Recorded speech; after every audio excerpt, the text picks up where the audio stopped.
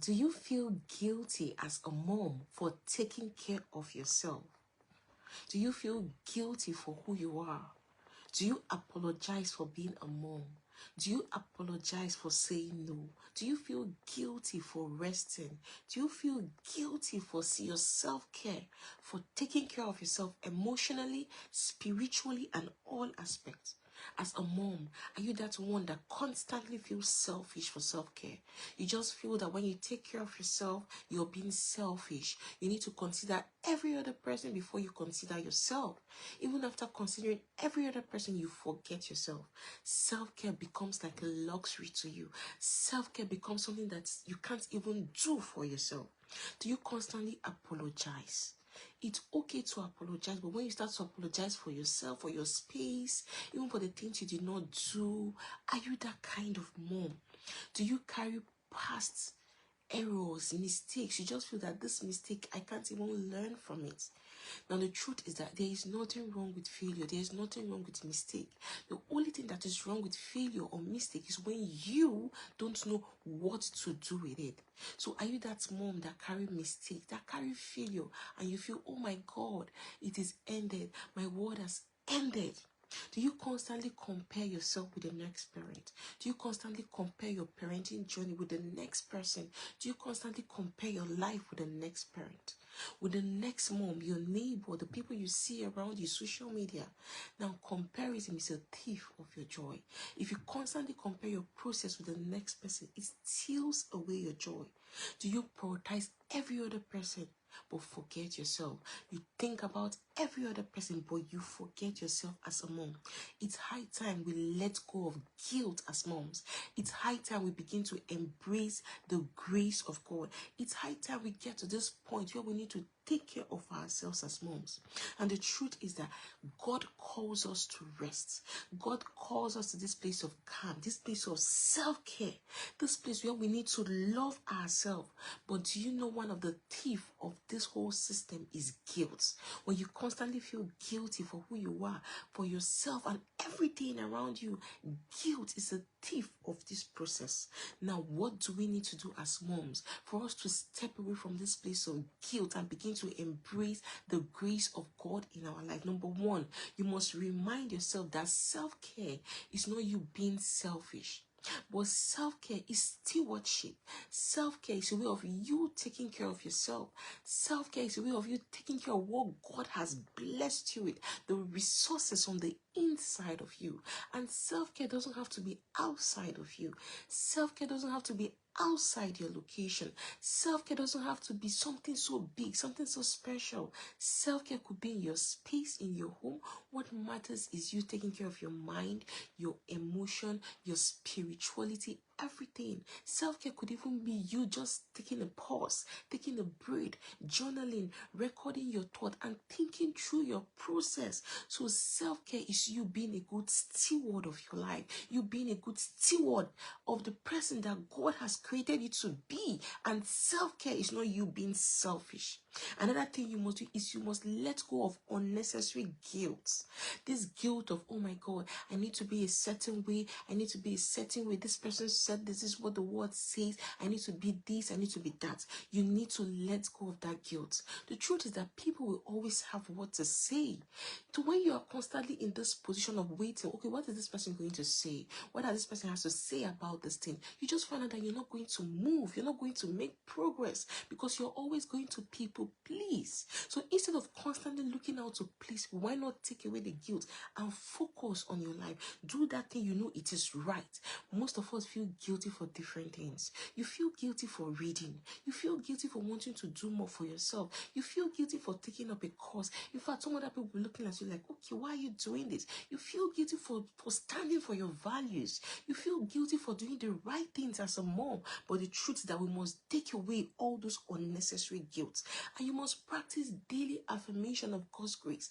God has embedded in us, on the inside of us, ability, capacity that we've not even tapped. Most of us don't even know, don't even tap a little.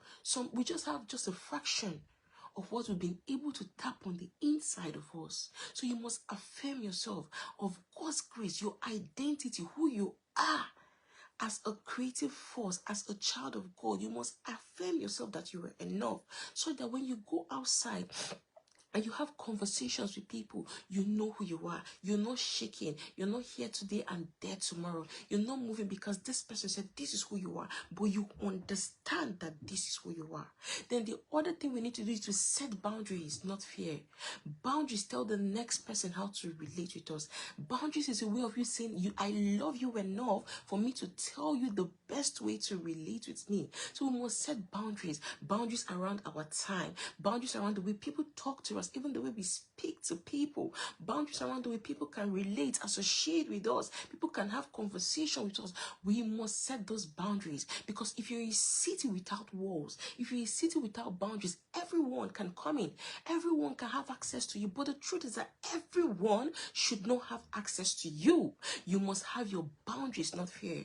So if you're that parent that is scared of boundaries, I don't know what they're going to say. They're going to think I'm overdoing it. The truth is that you're doing yourself a big disservice. So as a mom, you must set boundaries. You must protect yourself, protect your eyes, protect your thoughts, protect your mind. Don't allow someone with their unplanned self, someone that doesn't have boundaries, to come and encroach into you that is planned, into your schedule, into your structure that is already planned.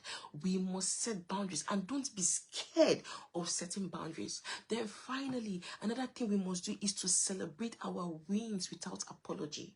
How often do we neglect our wins? How often do we neglect our growth? How often do we neglect our process? You look at the person in the other garden, it's going green, and you see this other garden, it's green. It's because the gardener is doing the work. You look at the next person and you say, oh my God, I am not growing. Look at what this person has. Look at the result this person has. Look at this mom. Look at this. You just compare and you forget to be grateful for your process, for your wins. I am here to tell you that every single day, every single moment, every single hour, we must learn to celebrate our wins without apology. You don't need to apologize to someone because you want to celebrate your wins. In fact, you not celebrating your win, it's a way of you not shining. It's a way of you shrinking. So what are those wins you have? What are those things you need to be grateful for? Have you come out to celebrate it? Have you, written down with your journal? Have you expressed gratitude, appreciation to God? So celebrate your wins, whether it is small win, big win, baby win, but you've moved from point A to point B. You are not the woman you used to be yesterday. You are not the woman you used to be last year. Yes, even if everything is not 100%, celebrate your wins without apology. You don't need to apologize to anyone to celebrate your win.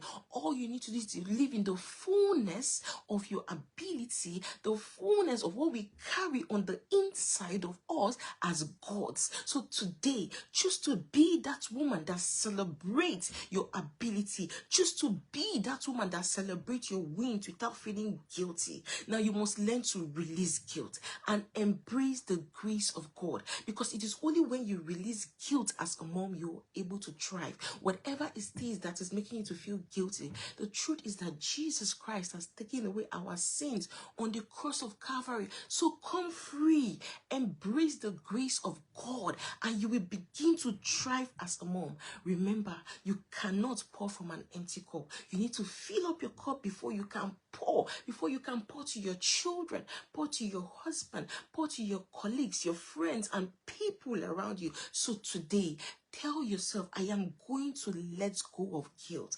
Tell yourself, I am going to embrace the grace of God and begin to live in fullness of who I am. I don't need to apologize to the next person for me to take up my light, for me to radiate the glory of God in me.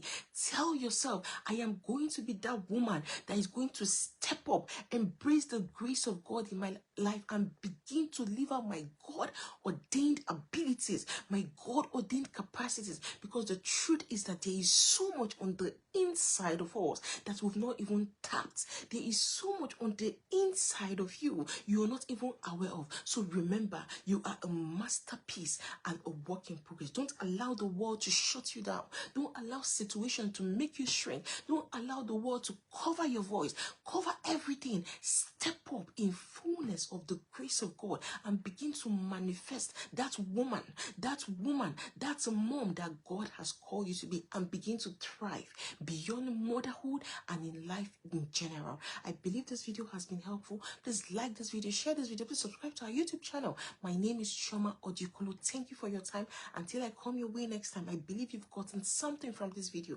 Drop in the comment section. Let us know, what was it for you? What did you learn differently? What are you going to do differently? I am going to let go of guilt. I'm going to live in full manifestation of my power, my identity, the woman that God has called me to be. And I invite you to do the same with me. Thank you very much. Do have a great day and bye.